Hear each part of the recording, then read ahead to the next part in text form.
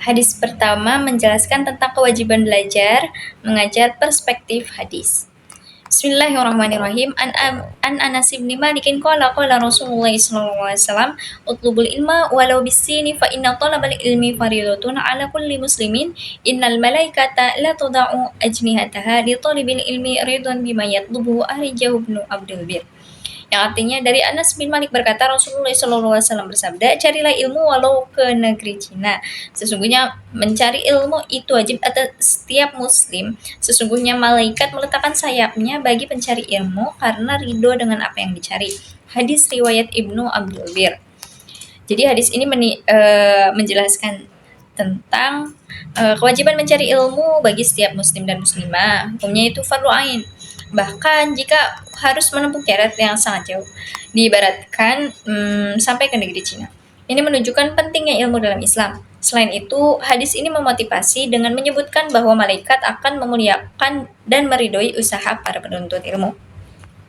Hadis yang kedua yaitu ilmu dan ulama.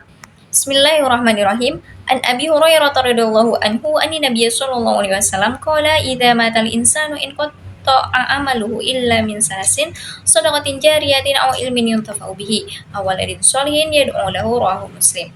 Yang artinya dari Abu Hurairah radhiyallahu anhu berkata, Rasulullah SAW bersabda, apabila manusia itu meninggal dunia, maka terputuslah segala amal, kecuali yaitu sedekah jariah, ilmu yang bermanfaat, atau anak soleh yang mendoakan kedua orang tuanya. Hadis riwayat Muslim. Jadi hadis ini menjelaskan tentang amal jariah atau amalan yang pahalanya akan terus mengalir walaupun seseorang itu sudah meninggal. Salah satu dari 3 amalan tersebut adalah ilmu yang bermanfaat, ilmu yang diajarkan, diamalkan, atau dijadikan rujukan. Hal ini menunjukkan betapa mulia dan pentingnya ilmu dalam perspektif Islam karena menjadi bekal yang abadi di akhirat. Hadis yang ketiga yaitu peserta didik dan perspektif hadis. Bismillahirrahmanirrahim.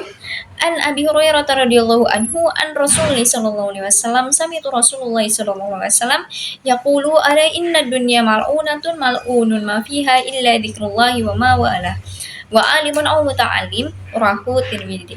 Yang artinya Abu Hurairah radhiyallahu anhu ia berkata, saya mendengar Rasulullah sallallahu alaihi wasallam bersabda, sesungguhnya dunia dan isinya terkutuk kecuali dzikrullah dan hal-hal lain terkait dengannya, alim dan peserta didiknya.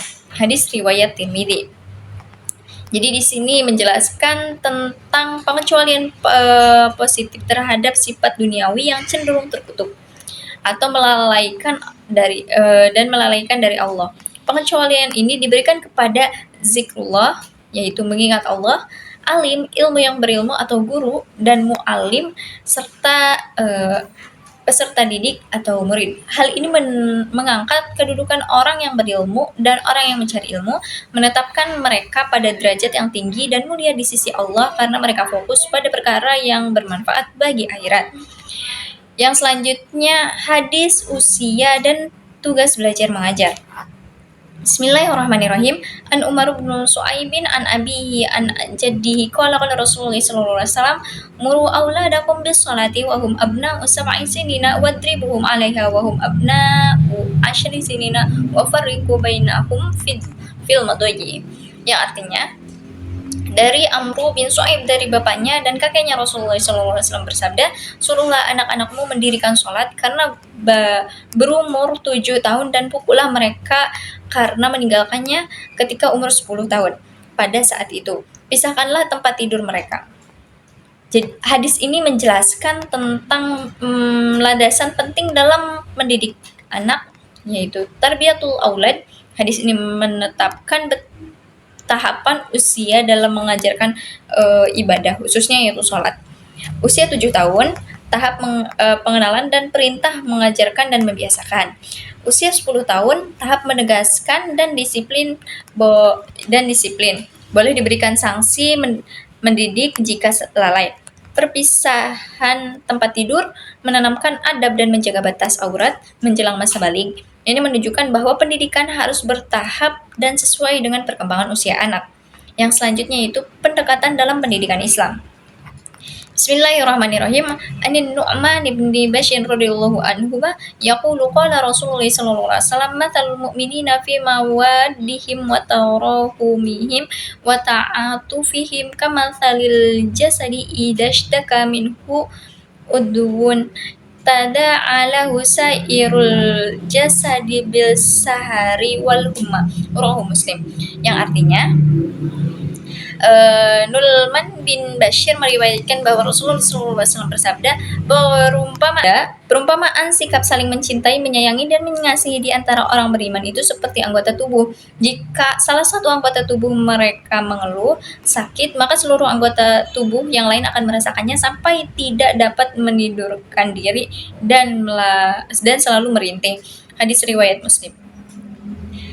Hadis ini memberikan analogi tubuh untuk menggambarkan persatuan, solidaritas, dan kasih sayang ukhuwah di antara kaum mukmin.